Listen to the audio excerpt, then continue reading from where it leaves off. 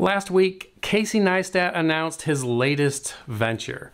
He's calling it 368, and every week I'll do this mental exercise where I choose a subject and I kind of deep dive into it and think about it. And last week I chose to think about what is Casey doing with this latest venture? What kind of business model is he going to be working on? What is it that he is trying to create? And what's possible within the realm of this latest venture? Now there are two parts to this. One of them is his vlog, and just like he did in the past, using the daily vlog to bring people's awareness to Beam, I think he's going to use this daily vlog, which he's calling 368. He's going to use that to market and to bring people to this space. Now, Casey Neistat is an incredible content creator. Lots of fans, and I think this is going to help him out.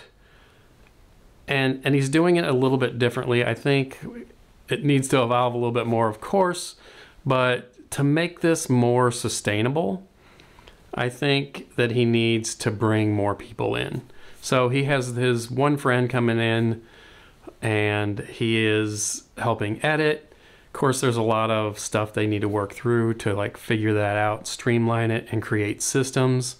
So Casey isn't completely overloaded with work. He has an incredible amount of energy, more so than most people, but he just can't go on forever with this level of production and to continue that out.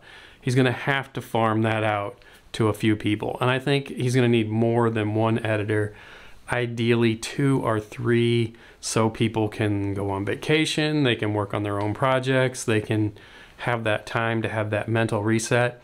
If you are hitting it all the time, just going at it, your creativity will start to wane, and you'll start to lose that energy that makes Casey's videos so amazing. So we need Casey healthy mentally, physically, so that he can create awesome stuff and share his amazing ideas.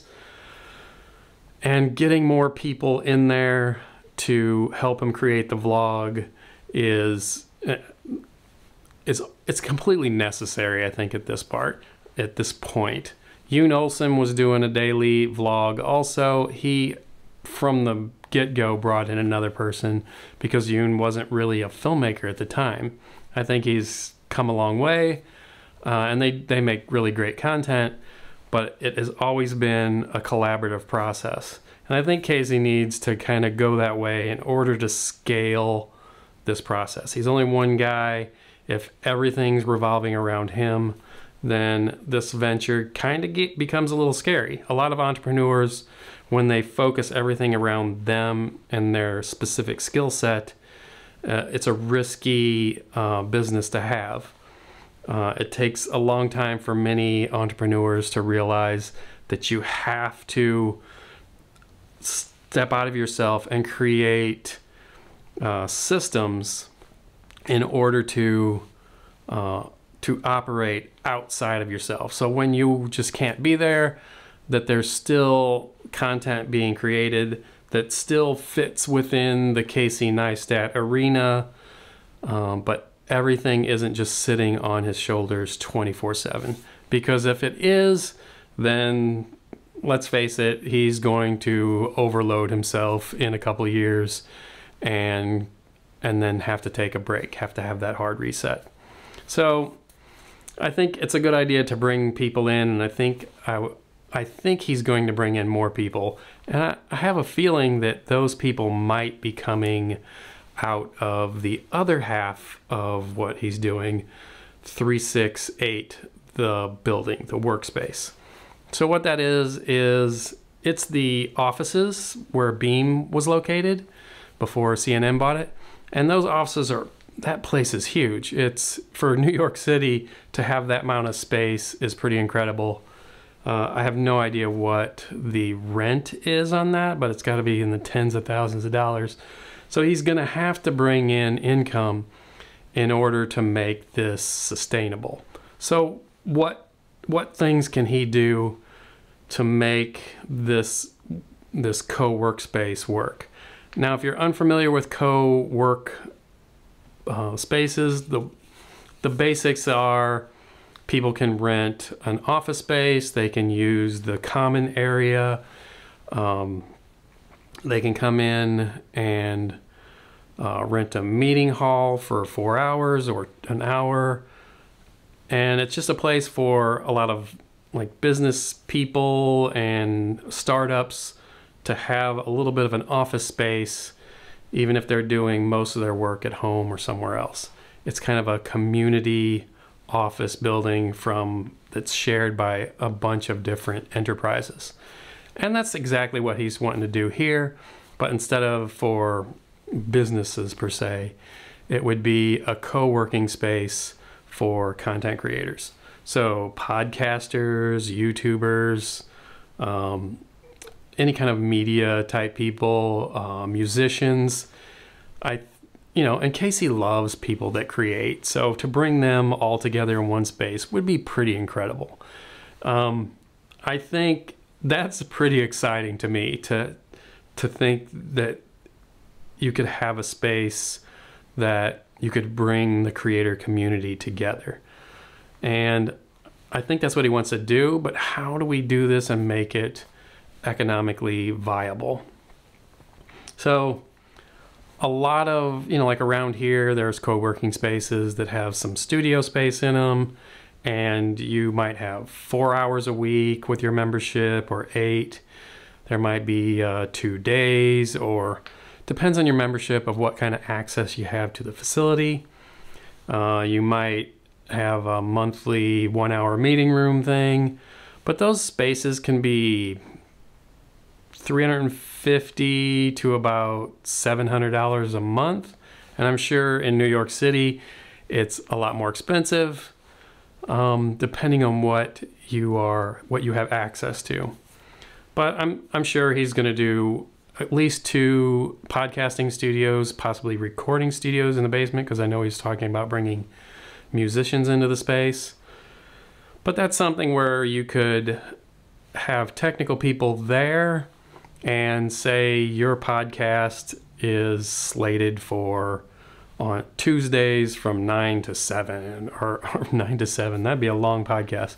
So 9 o'clock to 10:15 or something like that. Then you would just pay for that podcasting space for that amount of time. Now, there is a big issue with this particular co-working space. I think it's an awesome idea, and Casey can bring a lot of interest to it, but that also brings an issue because Casey has a lot of fans that want to meet him. They want to spend time with him. They want to connect with him because they love what he does. And that is a benefit on one side and a drawback on the other, because you would have visitors coming to New York. There's always people hanging out outside of that building hoping to catch a glimpse of Casey. And he already mentioned that he wants to have a storefront, and that's a great way to utilize that traffic where people can come. Like if I knew I could go there, visit New York and go in there and buy some merch, possibly see some content creators coming in and out, that would be cool. I'm digging that.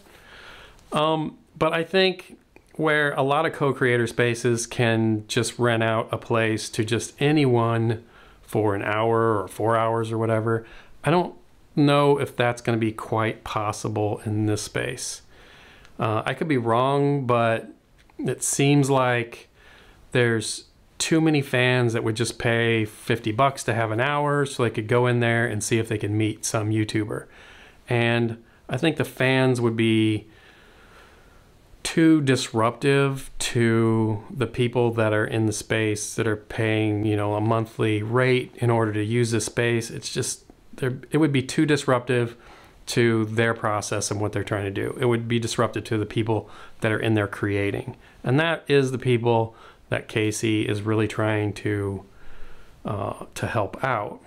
So I think there's going to have to be some sort of method to make sure that the people coming in are only having access to a really small area or a small time. So there might be tours that he would let through, which I'm sure a lot of people would love. But if they're renting a meeting room, maybe, because that meeting room's right above, they might be able to come in and go right up to the meeting room. Other than that, I really don't think the general public is going to be allowed in the space unless it's on a really limited basis. So who are the people that would have access to this? I think for the majority, the key to entry will have to be that you're out there creating already, that you have a proven record, that you're willing to get out there and create your art. It doesn't mean you have to have a huge following. It just means that you have to be out there putting the effort in and creating, that you have that desire that's innate within you, that you have a necessity for the space, and you're not just there as a fan, that you're there as a creator, that you're there to create, to use the workspace in a respectful way, and to collaborate, to be part of a community. And that brings me to the next thing. I've worked for many years with a company that on one side we worked with kids, which was great. That was my main goal. But we also worked with a lot of companies because that's what paid the bills, because working with inner city kids wasn't really the most lucrative thing.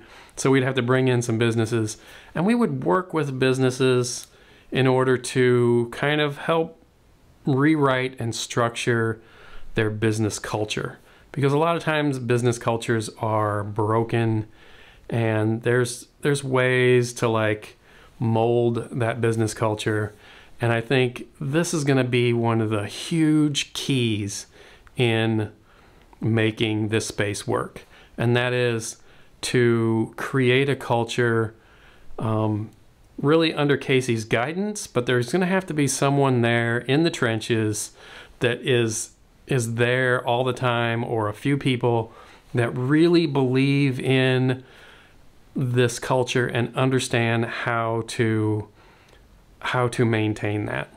I know some people that would be great in that position, but I think that's an imperative, that to have that space and to maintain a safe environment. And by safe, I don't mean just physically safe, but an environment that's safe for them emotionally, and a space where they can go in and they feel that they're part of. They don't feel they're going to be attacked in any way, that their art is respected, that they are respected. That to me seems like a giant part. And you know what? The people that are going to be in there are content creators. So all of us, we're kind of, most of us live in this really odd space where we create, there's nobody here. I don't create content when people are home most of the time. It's just me sitting here talking in the camera as if it's my friends. And that's kind of what this channel's about, is me sharing my ideas and connecting with the people that subscribe. And so for me, like the comments, that's why I do this, so I can connect with the people that watch the content. But what's Casey doing? What is he looking for? I think he's looking for collaboration on his side, help to create his vlog, and then to create this community space. He wants to start this podcast with his wife and bring other podcasters in. People that can figure out all that technical stuff are going to be necessary. People that run that space and keep the community kind of fitting within the desired, like a mindful, creative, collaborative space. Now there's a few things that I was thinking this space could do and that Casey has the possibility of doing. And he's talked about wanting to have better sound editing, better sound design in his videos.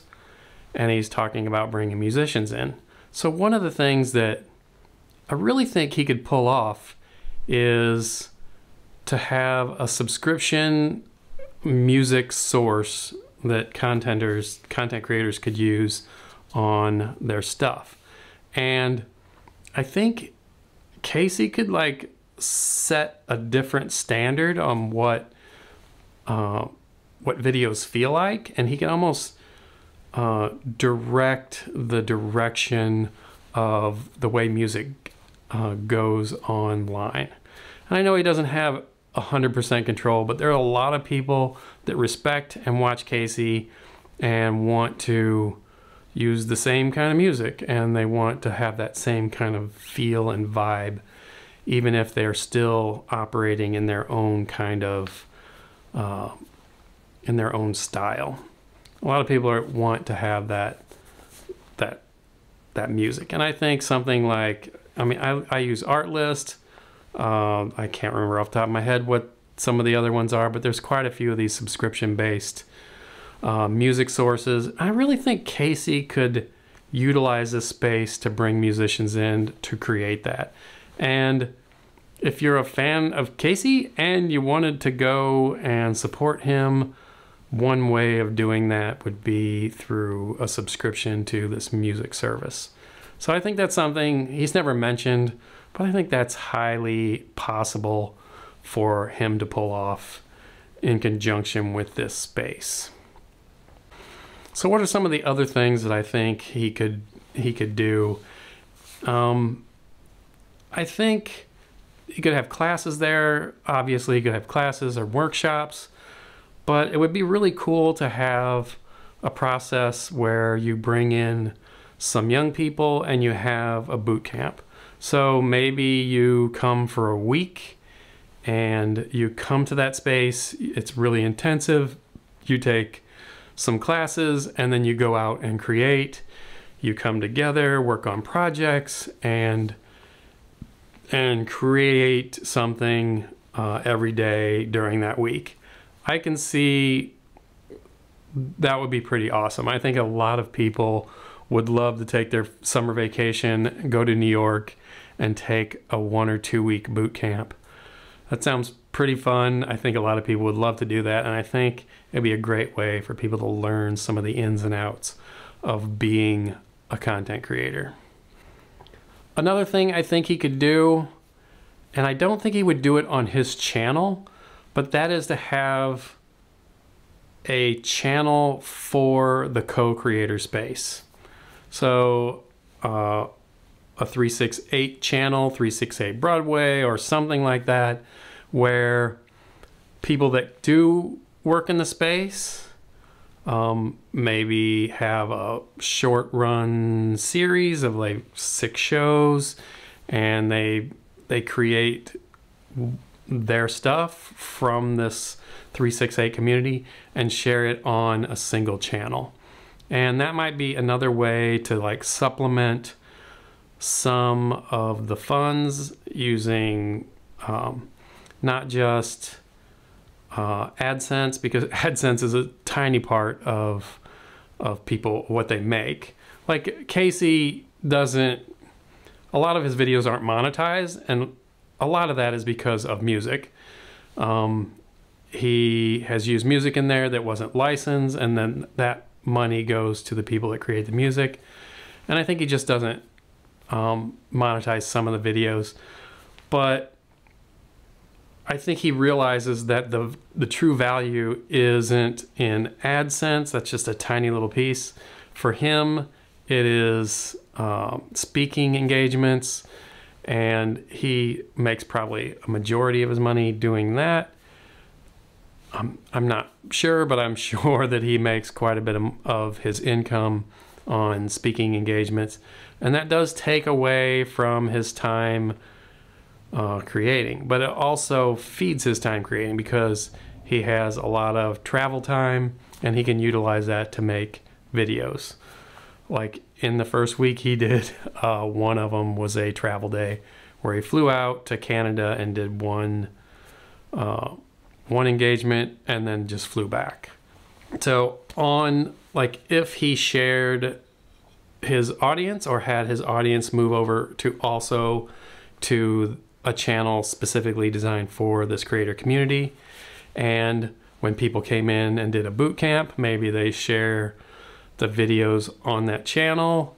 Maybe people can come in for a given amount of time. I'm not sure how that would work, but I think there's a whole lot of people out there that would love to create something and share it on that channel. Even if the money goes to Casey and to support that whole community, that would be fine. I think a lot of people would just want that exposure. But I think that exposure needs to also come at a price of some sort. Casey's built a huge audience, and that has value. And to just give it away, I mean, certainly he could do that, and I wouldn't put that past him if he's financially secure enough in that space. I think he would love the idea of bringing in new creators and working with them to create something. There could be another film crew there that was doing that's filming behind the scenes of a boot camp and behind the scenes of these young people coming in and learning how to be content creators.